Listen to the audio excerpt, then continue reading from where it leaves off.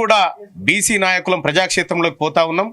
ఈ సందర్భంలో నీకు ఉనికి కావాలంటే మీ నాయన దగ్గర పోయి అడుకో. బీసీల మీద దాడులు చేసి, బీసీల ఆఫీసుల మీద దాడులు చేసి నువ్వు ఏం సాధించాలనుకుంటున్నావు? నేను సోదరి కవిత గారిని అడుగుతా ఉన్నా. నాకు నువ్వంటే కోపమేం లేదమ్మా, ఆడబిడ్డవు, నిన్నెందుకు అంటాం. కానీ నీ విధానము, నీ ఇంటి పంచాయతీ తీసుకొచ్చి బీసీల ఇంటి మీద పెట్టి గతంలో 2014లో దళితునే ముఖ్యమంత్రిని చేస్తా అని వాళ్ళ నాయన, ఇప్పుడు బీసీ నినాదంతో బిడ్డ. మీకు బీసీలకు ఏం సంబంధము? అంటే బీసీలు రాజకీయం చేయాలని బయటకు వచ్చినప్పుడు, బీసీలు ఓ రాజకీయ పార్టీ పెట్టాలని ఆలోచన వచ్చినప్పుడు, బీసీలు ఈ రాష్ట్రంలో మాకు వాటా కావాలని ఆలోచన వచ్చినప్పుడు మీరు దాడులు చేస్తారా?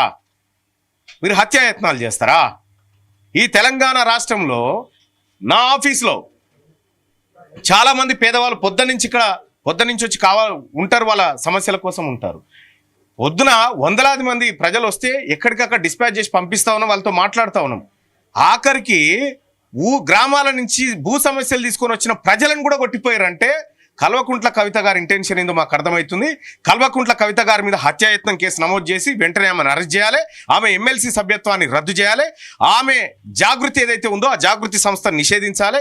ఇది బీసీ ప్రజలపైన జరిగినటువంటి దాడి, దీన్ని ఎదుర్కొని తీరుతాం. ఆమె ఈ బీసీలను మభ్యపెట్టి మోసం చేయడానికి తిరుగుతున్నటువంటి విధానాన్ని ఖచ్చితంగా ఎండగడతాం.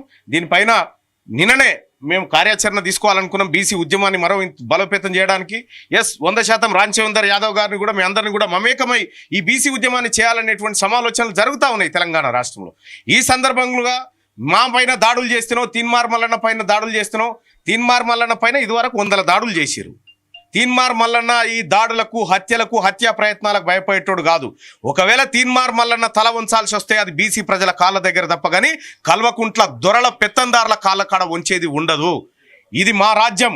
ఈ మా రాజ్యంలో మా వాటాలో మీరు అడక్క తినుకుంటా మా మీద దాడులు చేస్తారా? దీన్ని ఎట్టి పరిస్థితుల్లో ఎదుర్కొంటాం.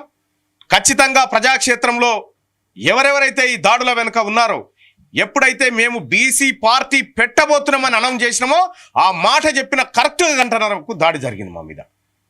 తేల్చుకుంటాం దీన్ని ప్రజాక్షేత్రంలో. బీసీ అంశం అని మీరు అంటున్నారు, కంచం మంచం మీదనే మనసులో పెట్టుకుని దాడి జరిగిందని వాళ్ళు అంటున్నారు. ఒకటి కంచం మంచం మీద మా తెలంగాణ భాషలో వీళ్ళకు మనకు కంచం పొత్తు, మంచం పొత్తు అంటే ఏందయ్యా? బియ్యం పొందడమయ్యా, బియ్యం పొందడము. దాంతో సోయి లేకపోతే అంటే గామెతోటి ఏమన్నా మాకు కనీసం అన్న అవగాహన ఉంటుందా? గామెతోటి కానీ కనీసం అవగాహన లేకుండా ఇలా కల్వకుంట్ల కవిత గారు దాడులు చేస్తూ ఉన్నారు. మా నోటికి పనిచేస్తే నువ్వు తల ఎత్తుకొని కూడా తిరగలేవు. మేము సామరస్యంగా ప్రజాస్వామ్యయుతంగా మాట్లాడుతూ ఉన్నాం. తెలంగాణ రాష్ట్రంలో ఏమంటారా? కయ్యం పొత్తు అంటారు, ఇయ్యం పొత్తు అంటారు, కంచం పొత్తు అంటారు, మంచం పొత్తు అంటారు. ఇది బంధుత్వాన్ని కలుపుకునేటువంటి పొత్తు. అది